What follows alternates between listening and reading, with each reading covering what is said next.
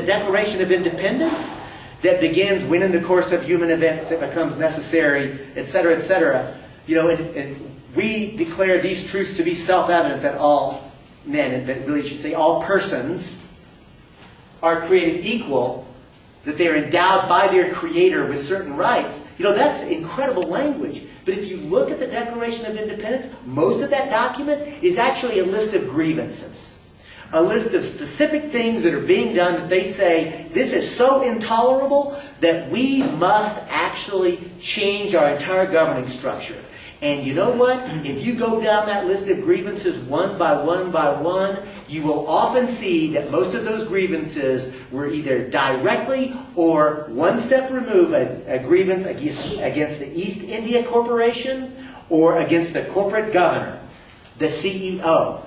Point I'm making is, I invite you to consider that the American Revolution is not merely a rejection of monarchy as a form of rule. It is also a people's uprising against unelected and unaccountable corporations. That is a powerful way to think about the American Revolution.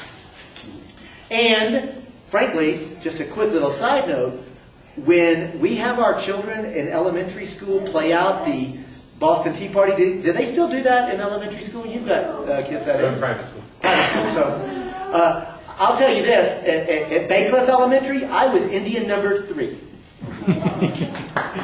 Yes. And I want, whether it's private school or not, I hope that you will make sure to teach your children about the importance of the Boston Tea Party. And I'll suggest to you to put that into context.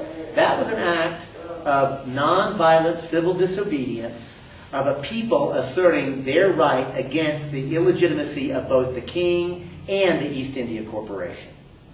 And so, when the king gets kicked out, a new government needs to be formed. And what is the charter? What is the charter to create the United States of America? What's that document called? The supreme law of the land? Constitution. The U.S. Constitution. And I think, let me ask this. How many people in this room have read the U.S. Constitution in the last year? Raise your hand.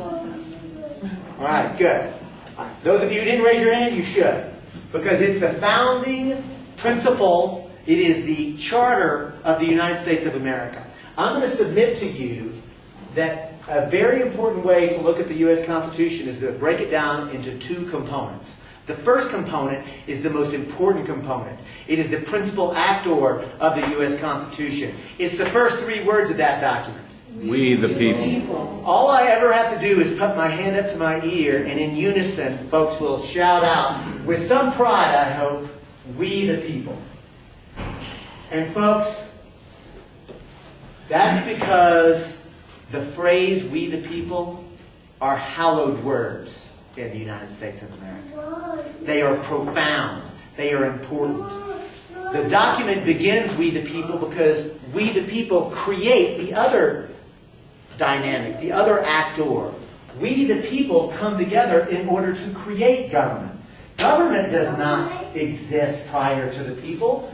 We the people create it. And in fact, when you read that document in its entirety, as it talks about how government is supposed to be structured, it becomes clear. We the people are described and talked about as being free and sovereign. And again, what does sovereign mean? Authority to govern. We have the authority to govern. We rule. We the people rule. Government is not supposed to actually be ruling over us. Government is not sovereign. Government actually is supposed to be subordinate and accountable. Government is subordinate to whom? The people. The people. Government is accountable to whom? The people. That's got a ring to it, doesn't it? Sure does. I kind of like how that's going. We the people are free and sovereign. And we the people, in our being free and sovereign, are described and talked about as having individual rights. Government actually does not have any rights at all. In fact, to the contrary, government has only duties. And again, Ken, harkening back to law school, way back in the dark days, do you remember? The entire definition of law, one way to think about it, is the interchange between rights and duties. If you have the right to do something, it means you can just do it. You don't need the permission of other people, of society, or government itself. Likewise, if you have the duty to do something, you must do it even if you don't want to. And if you continue to... No, it's good. No, I'm glad that young people are here, and I mean that. But the point is that if you have a duty to do something, you can become obliged to do it. The interchange is powerful. In fact, according to this document, it's worth understanding that all power, all political power actually resides with the people who are actually sovereign. But we the people delegate a certain amount of power to government. Not all of it, but a certain amount of power is delegated to government. How much? Only enough to do the duties. And then, in the constitutional framework, the governmental power is proscribed. It's limited government only to do those duties that we have already decided that they should be done. And one last thing here. The rights that we're talking about, the Constitution does not create rights. The government recognizes rights. The U.S. Constitution acknowledges and recognizes profound rights that exist because we're human beings. And I think that's a very powerful idea. Your rights do not exist because government grants them to you. In fact, it's the other way around. Government's power exists because we collectively have decided to give it to them. There's an old phrase that I think it's important to recognize, that the people should never be afraid of government. In fact, government should be afraid of the people. Yeah, you can applaud that too. Because that's the kind of language that I think that we need today. And I look at that and I think, this is brilliant. This is beautiful. This is fantastic. It speaks to me at every level because it points out that in my private sphere, I truly am a sovereign. In my private decision making, I can think what I want to think, I can say what I want to say, I can associate with whom I want to associate with, that there is a level at which I don't need governmental permission to do or say or think certain things. It satisfies my civil libertarian impulses, but it doesn't end there. Because too many times our sisters and brothers within the libertarian movement stay exclusively associated in thinking about private rights and individual sovereignty. Because frankly, the U.S. Constitution also understands that there is a public component. That it satisfies my communitarian ethos as well. The way the U.S.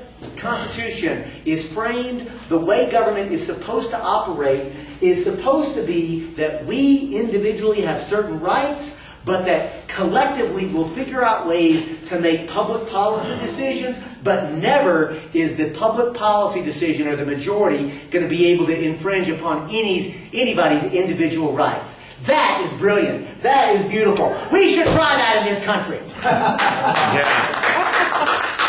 I am not even joking, because this is brilliant, and it would work. And let me submit to you, that is the creation myth that we were taught. And of course it works because we want it to work. Because when you lay this out, it actually, I mean, honestly, I give this presentation all the time, and every time I do it, I can feel the pride welling up. I can feel the enthusiasm for this framework. And before I go 1 second further, waxing poetic about how brilliant the U.S. Constitution is, time out. Somebody tell me what year the U.S. Constitution is either drafted in convention or ratified by the states. 1787. Nicely done. Mike Emilio is 1787 is the Constitutional Convention. The document gets ratified in 1789. And so in 1789, when the Constitution actually now becomes the new charter for the United States of America, somebody tell me, what are the characteristics to actually be a legal person who had the authority to assert rights to actually be free and sovereign?